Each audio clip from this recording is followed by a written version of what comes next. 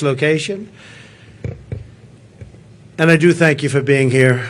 And we don't have very much heat, so I'd say it's perfect weather for this. The rain is not imminent based on the fact that there are no clouds.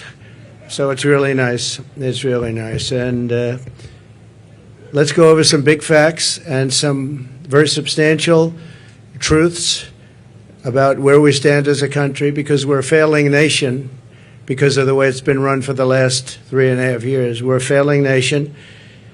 People are coming into our country by the millions and millions and millions. We have no idea who they are, where they come from. But we're also a failing economy. Kamala Harris is a radical California liberal who broke the economy, broke the border, and broke the world, frankly. Very destructive to the entire world, because as we go, oftentimes the world goes. She destroys everything she touches, and if she wins, your finances and your country will never recover. You're never going to recover. A radical left person wants to put price controls all over the place, which will end up driving up your prices, not down your prices.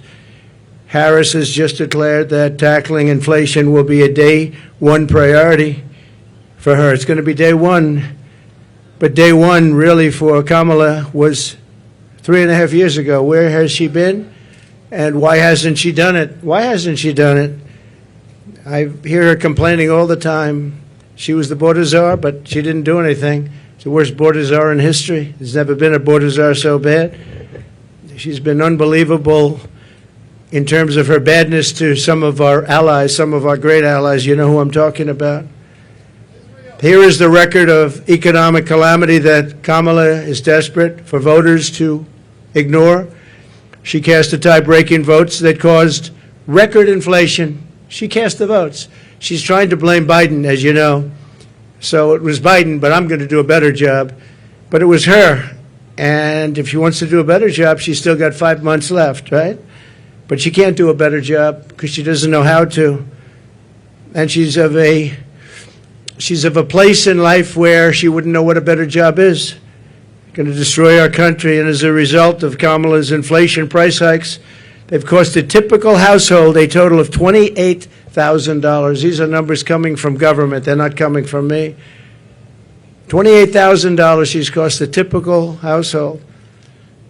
Kamala's inflation nightmare continues to cost the average American family $1,100 every single month. $1,100. Again, government numbers. You're paying $148 more a month on food. That's every month. Average family, because Kamala and her ideas, and Joe Biden too, I mention him, but he's sort of gonzo. It all started with the debate. I should have been a little bit easy. Somebody said, your debate performance was horrible. I said, why? Because you forced him out of government. But I believe she'll be just as bad. I believe she's maybe in many ways going to be worse, because he wasn't really a radical left, but she is. She's real. He wasn't real. So I think she's going to be, in many ways, easier to beat than Joe Biden. What they did to him was disgraceful, by the way, and it really is a threat to democracy. It was a coup by people that wanted him out, and they didn't do not the way they're supposed to do it. $129 more on energy and $241 more. This is all per month on rent. So you have that, $148, $129, $241, and then many other increases. You add it all up, it's thousands and thousands of dollars that she and he have cost people.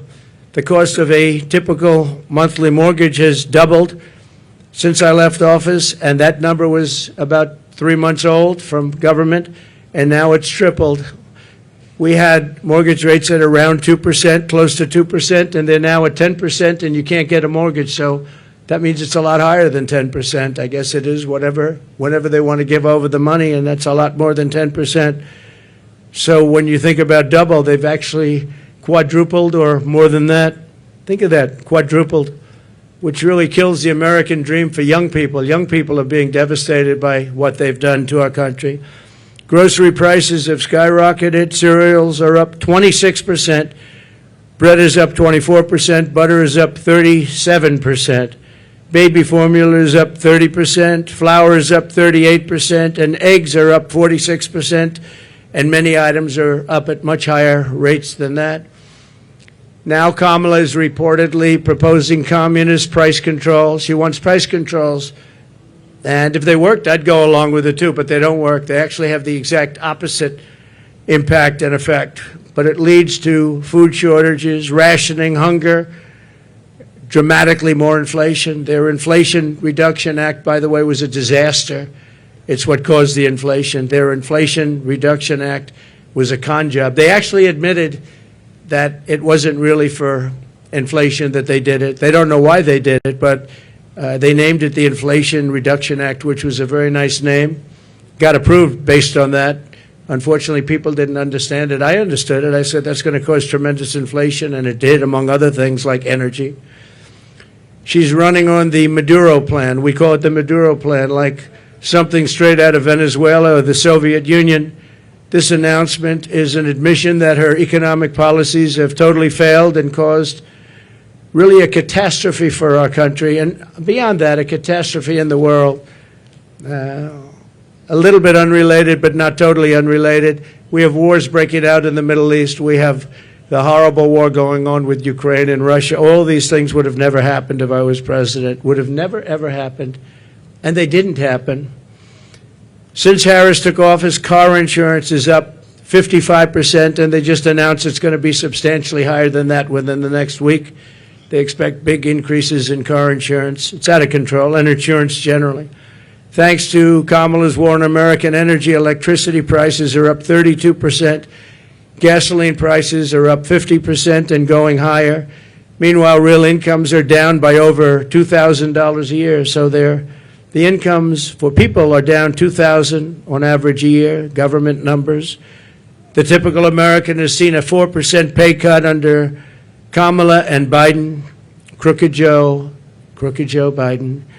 Credit card debt has exploded by 50% under Harris to a record high. It's now at a record high. It's never been anywhere close. Since March, and by the way, people are going to have to start paying that, and it's not going to be a pretty sight for the next period of time. It could be a substantial time. Since March of 2022, the average middle-class household has lost $33,000 in wealth. How about that? $33,000. That's average. In July alone, 350,000 people were added to the unemployment rolls. It's a lot of people. 350,000 people added to the unemployment rolls. And think of that. That's in 1 month. That's in July. Virtually 100% of the net job creation in the last year has gone to migrants. You know that? Most of the job creation has gone to migrants. In fact, I've heard that substantially more than beyond the number of 100%. It's a much higher number than that, but the government hasn't caught up with that yet. But virtually right now, as of the time they did this, virtually 100% of the net job creation in the last year has gone to migrants. Harris gave work permits and Social Security numbers to more than 3 million illegal immigrants to steal jobs from Americans. So think of that. And, you know, they're having a lot of problems with Social Security. I'm going to be the one to save Social Security, but they're having a lot of problems with Social Security because under their system of putting all of these people into it, it's going to blow up and fail. If she's elected, Social Security will fail. It'll be a blow-up like you've never seen before. It'll be a bankruptcy of the entire system, probably the nation itself. You don't have to imagine what a Kamala Harris presidency would be, because you're living through that nightmare right now, and it is a nightmare. It's a nightmare.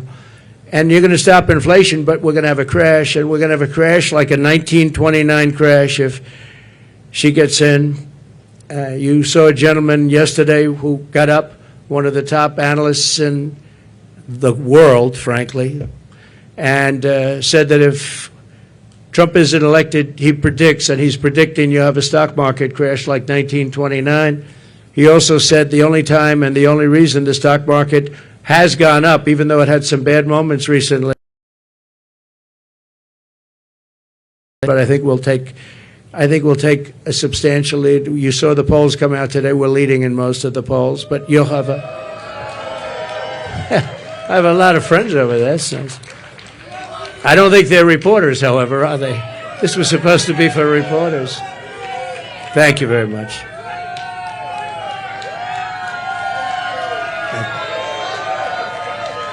Thank you very much. When I left office, I handed Kamala and crooked Joe Biden a surging economy with no inflation. The 30-year mortgage rate was around 2%. Gasoline had reached $1.87 a gallon. We actually had many months where it was lower than that, but we hit 187, which was a perfect place, an absolutely beautiful number. Real income surged by more than $4,200 a year when I was president. Harris and Biden blew it all up. And if Kamala wins the election, the worst is yet to come. You'll have a real problem in the future because people don't respect her in the world. People don't respect her in the economy.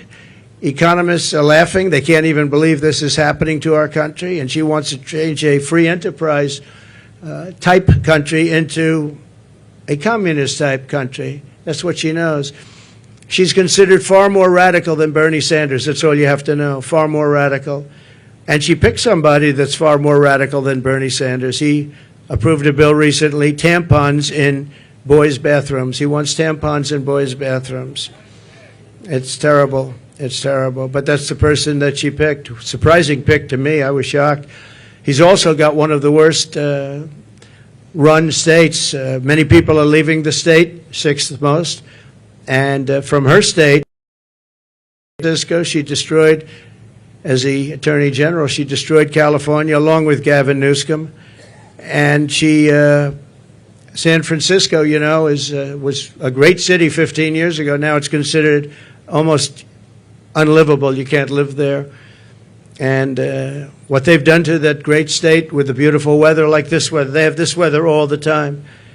And they have the ocean, they have the sun, they have everything good. But what they've done to it is a shame. And she's going to do the same thing to our country. It was the policies.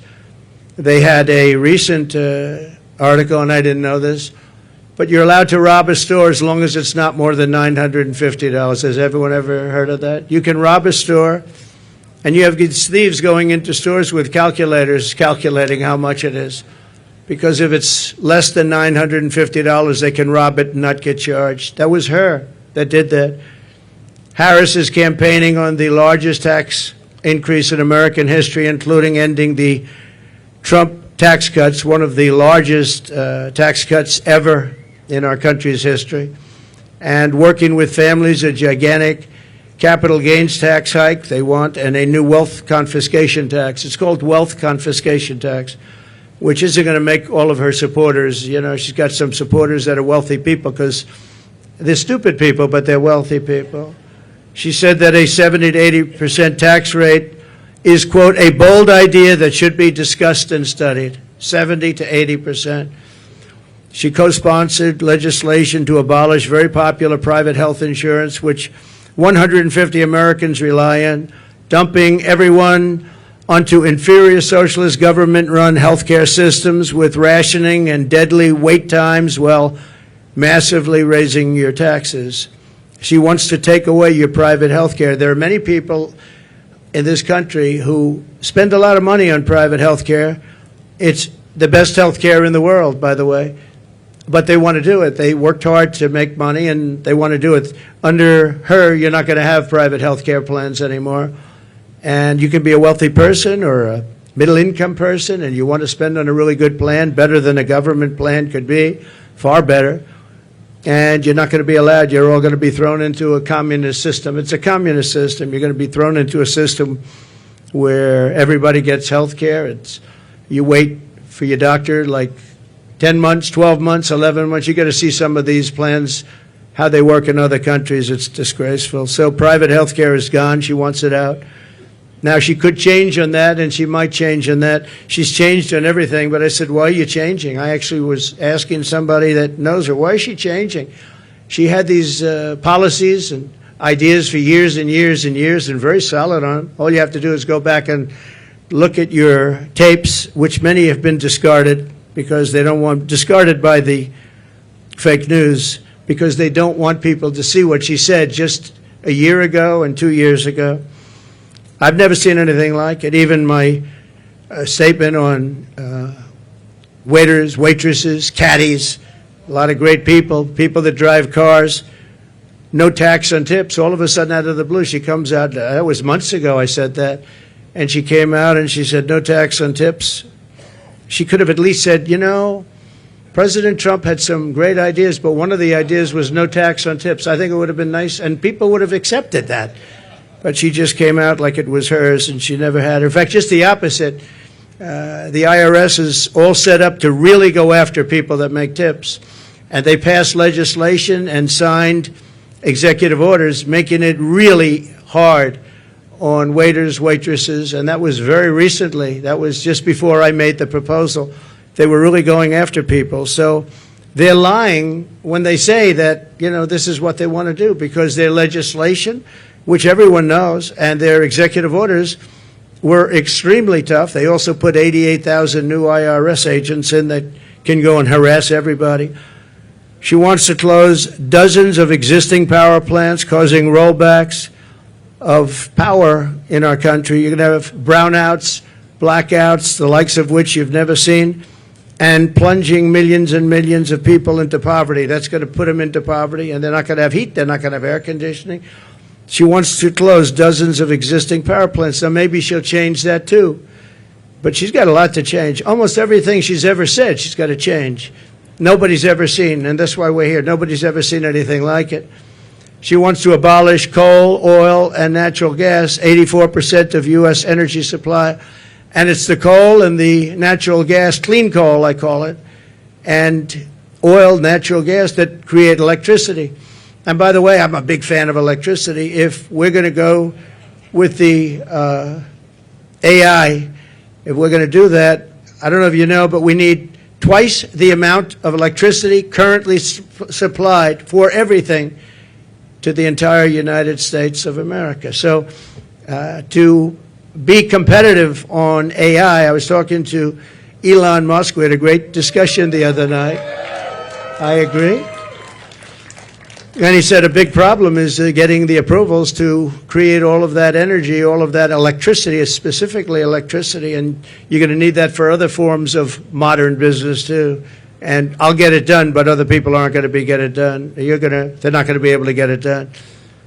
As border czar, and she was the border czar. She was, I don't know if she was proudly called border czar, but that's what Crooked Joe Biden called her. She's the border czar. Everybody said it. And then about 2 weeks ago, she didn't want to be called the border czar anymore. She said, oh, I was never the border czar. It doesn't matter.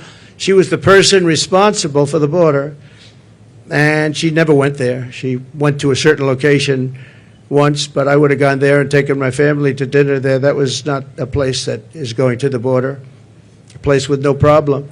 As border czar, she allowed 20 million people, and I believe it's higher than that. People say 13, 14, 12, 10.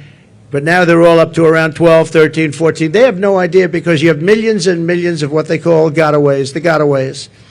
Gotaways are people that pour into our country. We have no idea who they are. That's the worst of all. But she allowed at least 20 million people to invade our country, and she wants to give them all citizenship and free government health care and let them raid Medicare and Social Security, which will, again, she will destroy Medicare, she will destroy Social Security. And frankly, there's nothing she can do about it once this happens. There's nothing she can do about it. She called for abolishing ICE. These are great patriots who are tough, tougher than anybody in this audience. Some of those people, I know them over there. Some of those men and a couple of the women, to be honest, they're tough as hell, but they don't want to fight MS-13. I've seen it. They go in. Long Island had a lot. We got them out. But now they're coming back because of weak policy. And because of things that she wants to do, like defund the police. You know she wants to defund the police. Now, she has since said, no, I don't want to do that anymore. The one thing I see with politicians, they always go back to where they were. She wanted to defund the police, and she wanted to abolish ICE. I was going to say, though, these ICE people are incredible patriots. They're tough as hell. And they go into a pack of MS-13 gang members, the toughest in the world, probably the toughest gangs in the world. They come from different parts of South America, and they want to come in and in Long Island, not too recently, but recently, they carved up with a knife two beautiful 16-year-old girls who were walking to school. And the reason they used a knife instead of shooting them was very simple, because it's more painful. They wanted to watch them agonize. And these are animals, and we have to get them out of our country, or we have to put them in jail because we don't want them back. Sometimes you have to put them in jail because their country doesn't want them back. They'll send them back the way they do. Just so you know, I know all of the people that we're dealing with as the heads of countries. And they're very smart. They're very streetwise. And what they're doing is they're taking all of their criminals, and they haven't brought all of them yet. They brought a lot of them, though. But they'll bring all of them. I'm shocked it's taken so long. If I were in their country, it would have gone a lot faster. I will tell you that I would have gotten them out, too. And they're bringing them into the United States. They're taking their drug dealers and their rapists, murderers, and every criminal, bringing them into the United States, and their crime rates are way down. They're bringing people from mental institutions and insane asylums into the United States, and their population for the mentally ill is way down. They're in the United States. They're dumping them in the United States. They're driving them through a border that's totally open. We stopped them. We didn't let it happen. And when I first came into office, you know the story, that President Obama at the time had no way of getting them back. And I said, I want to get all of the MS-13 in particular out of our country, bring them back to where they came from. A general said, sir, that won't be possible. Why? Because they blocked the airports, they blocked the roads, they blocked everything. You can't do it. I said, so they're making a concerted effort? Yes, sir, they're making a concerted effort. We can't do it. They put planes on the runway so we can't land the planes, sir. And the same thing with the roads. They block up the roads. So if we have buses coming in, they block up the roads. They're totally blocked, and they're terrible. It's been that way for years, sir, all the way back to Bush.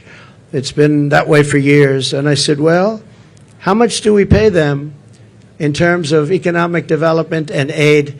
Sir, we pay them $750 million. I said, that's okay. Call them immediately and tell them we're not paying them anymore. And the following morning, I got a call from the three main culprits.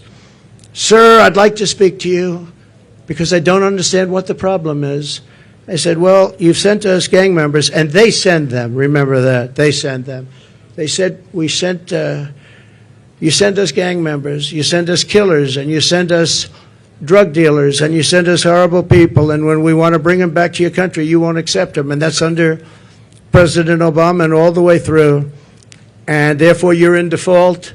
You are in total default of the money that we send you. And we're not going to send you the money anymore. You're not getting any of the $750 million and more. We're not giving you any. You are delinquent. You are delinquent in what you've done. And you're not getting, sir, please, can we talk? I said, yeah, we can talk. What? We would absolutely love to have MS-13 sent back to our country. We think they're wonderful people. They're not wonderful people. They're wonderful killers. But they changed their tune totally. When I said they weren't going to get the money, I don't know why these people don't do it. And the $750 million now is billions of dollars because Biden increased it very substantially. He thinks by sending them money, they're going to send fewer people into our country. How stupid is that? So they're giving them $2.5–3 billion. The 750. Not only did he give it, I didn't even pay after they made the call because I said, you know, you've treated us badly for so many years. We're not going to pay you it anyway. But now they're giving them billions of dollars, billions, much more than when I took over. It was 750. Now they're giving them billions. But they said, there must be an understanding, sir. We would love to take them back. And I said, well, you're going to get them back. And we started bringing them back by the thousands out of Long Island, out of Michigan, out of Ohio, by the thousands. And she compared ICE agents, these brave people, to the KKK. She said, the ICE people, the ICE agents, I compare them to the KKK. Well, they don't really, because, you know, when you go into like Long Island, like Ohio, like Michigan, we had a lot of them, and you see these men, in most cases, men, the agents, get out of a van and walk into, they call it a pack. It's a pack, not like a political pack, slightly different, even nastier, hard to believe, right? But they would go into a pack of these killers, and all you do, I've seen it so many times, all you do is see fists and feet and hands and fighting, and 2 minutes later they stand up and they walk out, they have them by the feet, they walk them out, or they drag them out, mostly drag them out, put them in paddy wagons, and they bring them back to their country. They take them back to the country, and the country is open arms now, open arms. And it's an amazing thing. For her to say KKK is very unfair, but she doesn't know. She doesn't want to know. She's a very strong communist lean. She wants to end detention of illegal alien migrants, releasing vicious monsters into our communities to rape, maim, and murder our population.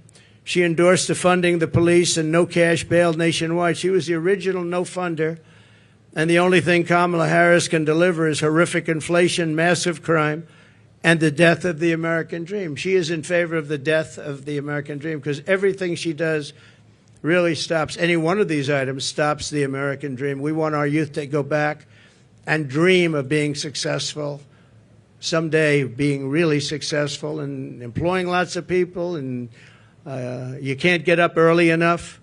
I gave up that life for a life of politics. I gave up all of these beautiful places that I have all over the world for a life of being abused by the fake news media. And yet I would do it again. Somebody asked me the other day, would you do it again? I said, absolutely. Why would you do it? Why would you put yourself through?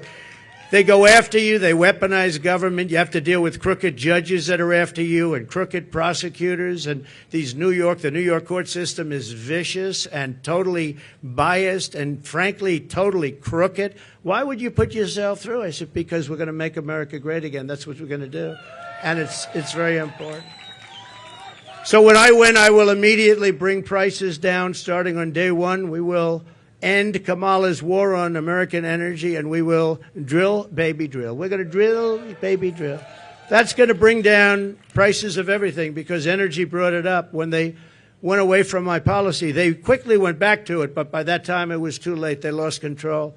But they've gone back to it, and if they win the day after the victory, they'll stop with all the drilling. But they went back to it because prices were going through the roof. They were going really bad, and that's what caused our inflation, and that's what destroyed the lives of many Americans. We're going to reduce energy and electricity prices. I will, by at least half within a 12-month period. We'll be able to reduce prices between regulation and having a tremendous supply, which we have. I always say we have more liquid gold under our feet, more than any other nation anywhere in the world, including Saudi Arabia and including Russia. We're going to terminate the Green New Scam. It's called the Green New Deal. It's a scam. And rescind all unspent funds. We're going to rescind that and pay off debt. And we're going to reduce debt. We took almost $10 trillion for nonsense, for absolute nonsense. We'll do bridges. We'll do roads. We'll do things that we need. But we're not going to be spending it and wasting it stupidly and have China laugh at us. I remember when, just a short while ago, Kerry goes, hops in his private plane, flies to China to talk about the energy prices and the energy situation in China with President Xi, who I know very well. Had a very good relationship until COVID came in, but that was a fence too far. But we had a great relationship, and Kerry would go up there, and he'd leave so happy. But they don't do anything. They just talk. They said, "Oh yeah, we're going to do that. Oh, as soon as we get to it." In the meantime, they're building a coal plant every week. But now I hear it's 2 coal plants a week, and we're dying for energy. We don't have energy, and they're getting set for the AI because they're going to create so much electricity, and we're not going to be able to do it. But you'll get do it if I have it, because that's an emergency. We have to be able to compete with China and other countries that are able to create new energy if they want to, and they're going to want to, and they do want to. But they're building at least 1 coal plant a week. Germany, as you know, went a little bit like us, and that was the end of Angela because their whole economy crashed. And their new government is building coal plants all over the place. They're building brand new coal plants, nuclear plants, and other things because Germany was going to fail. So why are we following these countries that tried it and failed, and they're smart countries. They tried it, they failed. Why are we doing this? Why aren't we creating great energy plants, great sources of energy, instead of playing this game with wind that is ruining everything, killing all your birds, destroying the fields, all these gorgeous fields. You got windmills all over the place, and you have birds. You want to see a bird cemetery? Just go under a windmill. You see thousands of birds dead. The bald eagle, if you kill an eagle, they put you in jail for years. And yet these windmills knock them out like nothing. And nothing happens to the people. No, it's a green scam. It's a shame. Look, I'm all for clean energy. I want clean water. I want clean air. But you can't destroy your country over it. You just can't do that. We want to stop wasteful spending and big government special interest giveaways. You have giveaways. You have some of these people that are giving.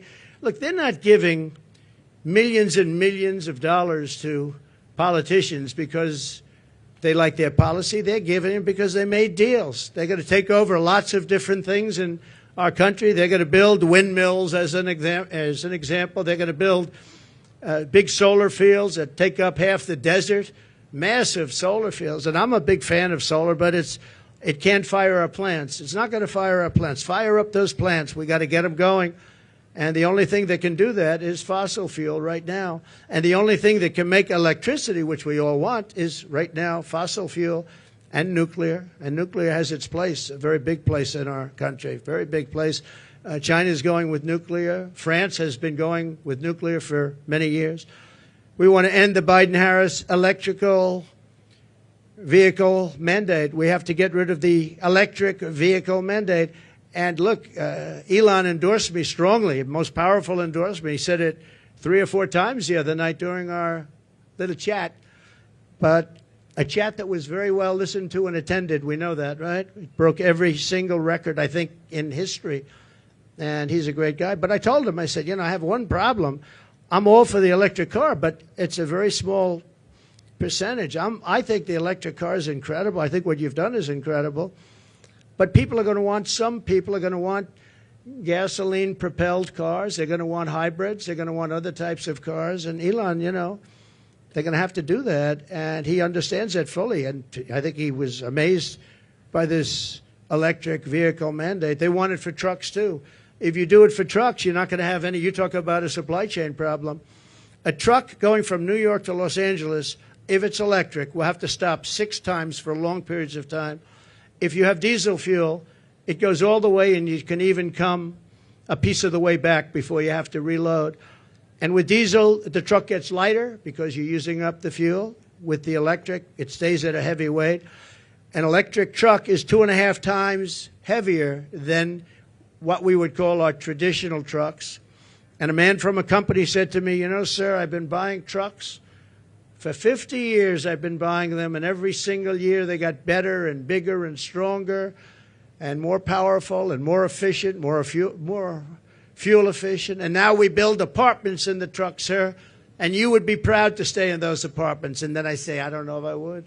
But I know exactly what he meant, those big, he said, it's incredible, the trucks. I said, who builds the best truck? He didn't tell me. He said, they all do. You have 4 companies, 5 companies. They all do, sir. They build great ones. He said, but for 50 years, they got better. Every year, I started off with 1 truck. I said, how many trucks do you have now? 27,000. I said, 27,000, and all big ones. He's the biggest. This is the biggest. He said, for 50 years, I've been buying, and every single year, they got better, more efficient, stronger. He said, if they make us buy electric trucks, we will go back 70 years because the truck is worse than the one we had 50 years ago. And he said, I won't partake in it. They want the truckers, the trucking industry to do that. One other thing, the truck is heavier, and the battery is much larger than the tanks. And the battery would take up about half of the payload. Think of that. But just as importantly, the battery and all that goes into electric is much heavier. The truck it weighs 2.5 times more than a normal truck fired up by diesel. And he said, if that's the case, sir, you would have to rebuild every single bridge and road in America because the weight is so enormous. it wouldn't be able to go on the bridges and all of the different weight-bearing roads in America. I said, did you explain this to the people? I mean, you know, a 5-year-old child, if he was hearing these things, it doesn't go far. It takes too much room. You don't have any room left for anything. It's almost the whole thing would be carrying a battery. Does anybody explain this to these people? We do explain it. They know it very well. At the end of the meeting, they say, we don't care. Just start making your electric truck. We're not going to do it. We're not going to do it, he said. So we're going to repeal all that. We're going to repeal Kamala's regulatory onslaught, saving households an estimated $5,000 a year at a minimum. The massive tax cuts and no tax on tips. We're going to make sure it gets done. She's not going to get it done. She didn't hear about it until I said it, and then she went out and she went and did it. And the other thing, no tax on Social Security. We're not going to have seniors who have been decimated by inflation pay tax on Social Security, and we'll get through it through growth. We have tremendous growth potential in this country, but not with these people running it, because all they're going to do is take away, and they want to take away your growth and your growth potential. Again, I say it all the time, we're a nation in decline. We're a failing nation. Right now, we're a failing nation, and we're going to soon be a great nation again. That's going to happen. Another thing we're going to do, having to do with a lot of reasons, a lot of things, and the economy in particular, we're going to seal the border. We're going to stop the invasion. We're going to send the illegal aliens back home. We're going to bring down the cost of health care and housing. We're going to make sure that Social Security is not going to be increased in terms of years where people have to wait much longer. I mean, we have an obligation to take care of these people. And just so you know, I didn't do it in 4 years. I never even thought about doing it in 4 years. And they probably don't want to do it, but they're going to have no chance. They're going to have no choice, because a lot of the people that are coming in are being signed into Medicare. They're being signed into Social Security. And it's just going to explode. And it's going to happen very fast, and it's going to be very ugly. It's not going to happen with us. We're going to open up tracts of federal land for housing construction. We desperately need housing for people who can't afford what's going on now. And when we open it up and we take off some of the restrictions and regulations, you know, in California, 50% the cost of a house is regulations. They have to adhere to regulations that bring the cost of the house up by 50%. We're going to bring back our supply chains to stop costly supply chain disruptions. We have tremendous disruptions. I have it all the time, and I think you do too. We order things, and I keep saying, well, when's it getting here? Sir, there's a supply chain disruption. And, I mean, you end up getting stuff like 3 months late now. I don't know, all these geniuses over here, I think we can say that. I'm not sure that you're necessarily as much into it, but they are. And I will say that very often, we have problems with supply chains where I'm waiting for things for weeks and weeks. And I say, by the way, whatever happened to it? Supply chain, sir, it's not coming in. And it's a terrible thing. Nobody ever thought a thing like that would happen to our country. We're going to restore peace and stability all throughout the world. And you all know Viktor Orban. He's the Prime Minister of Hungary, and a very tough man. He's a good man, but he's a tough man. And they asked him, what do we need to stop all of the wars with Israel? What do we need to stop the wars in Russia and Ukraine and all the other wars that are starting? He said, when President Trump was here, we had no wars. We didn't have Russia lining up at the borders to go and attack Ukraine. We would have never had Hamas, because Hamas had no money, because Iran had no money. I said to China and everybody else, if you buy from Iran, you can't do business in the United States. And I'm not looking to be bad to Iran. We're going to be friendly, I hope, with Iran. Maybe, but maybe not. But we're going to be friendly, I hope. We're going to be friendly, but they can't have a nuclear weapon. They can't have a nuclear weapon. And we were all set to make sure that they don't have a nuclear weapon, because once they do, it's a whole different world. It's a whole different negotiation. But Viktor Orban said, if you put Trump in, nothing's going to happen. Everyone's going to be peaceful, because they were afraid of Trump. Now, I don't like saying that I said that. I would say maybe they respected Trump.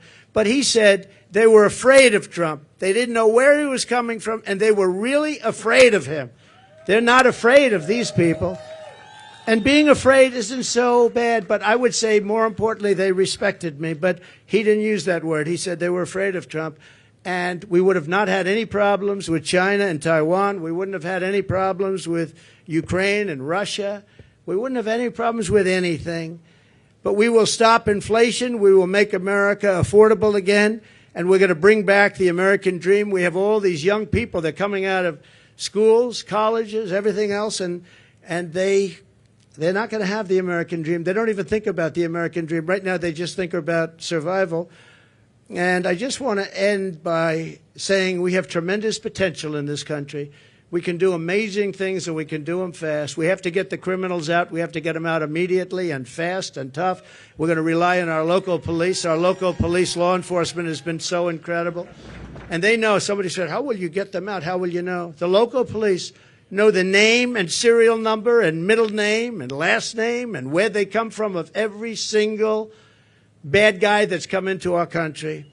And we're going to rely on local police, and we're going to make sure that they have immunity from prosecution because, frankly, our police are treated horribly. They're not allowed to do their job. You know that better than anybody. They're not allowed to do their job. If they were allowed to do their job, we wouldn't have cities that have crime rates. You look at Chicago. On the 4th of July weekend in Chicago, think of this. 117 people were shot and 17 died. Afghanistan isn't anything like that. And speaking of Afghanistan, the single most embarrassing day in the history of our country. And yesterday I saw they gave $85 billion worth of brand new military equipment that I rebuilt the military. So this was equipment that to a large extent I bought, but brand new. And they had a parade yesterday, a beautiful parade. We were going to get out with dignity and strength. We were there for 21 years. And we were going to keep Bagram because it's 1 hour away. Bagram is this massive Air Force base that I visited. It's a massive base. And we were going to keep it because it's 1 hour, not because of Afghanistan, but because it's 1 hour away from where China makes its nuclear weapons. And they were showing it off yesterday, but the fact is that China now controls Bagram. China, can you imagine that? And we left. We were going to stay there. We were going to keep it. We were going to get out with dignity, strength. We were going to take our soldiers out last, not first. We took our soldiers out first. I dealt with Abdul, and he's still the leader. Strong man, smart man. But he understood that if he did anything, because we were losing a lot of people to the snipers, and under Obama, it was terrible. It was brutal. They'd be walking around and just get shot, and that was the end of them. Our people, and other people too, civilians. And I let him know that if you do that, we're going to hit you so hard like you've never been hit before. But why, he said, do you send me a picture of my home? Why? Why do you send me a picture of my home? I said, you'll have to figure that one out later. But I said, we're going to have to hit you people so hard like we've never hit anybody. And he understood. And he said, yes, Your Excellency, I understand. He called me Your Excellency. I wonder if he calls that to Biden. I doubt it, right? But he understood that, and he respected us. And for 18 months, not one American soldier was killed. Not one. And then I left because of an election where I got millions of more votes than we did in 2016. We got millions of more, from 10 to 12 million votes more. Think of that. No president has ever gone with that kind of an election uptick. Usually a president will get less. President Obama got less, much less, his second time, but he won. But he got much less. We got 10 to 12 million votes more, and that's not including other votes that we can talk about at another day.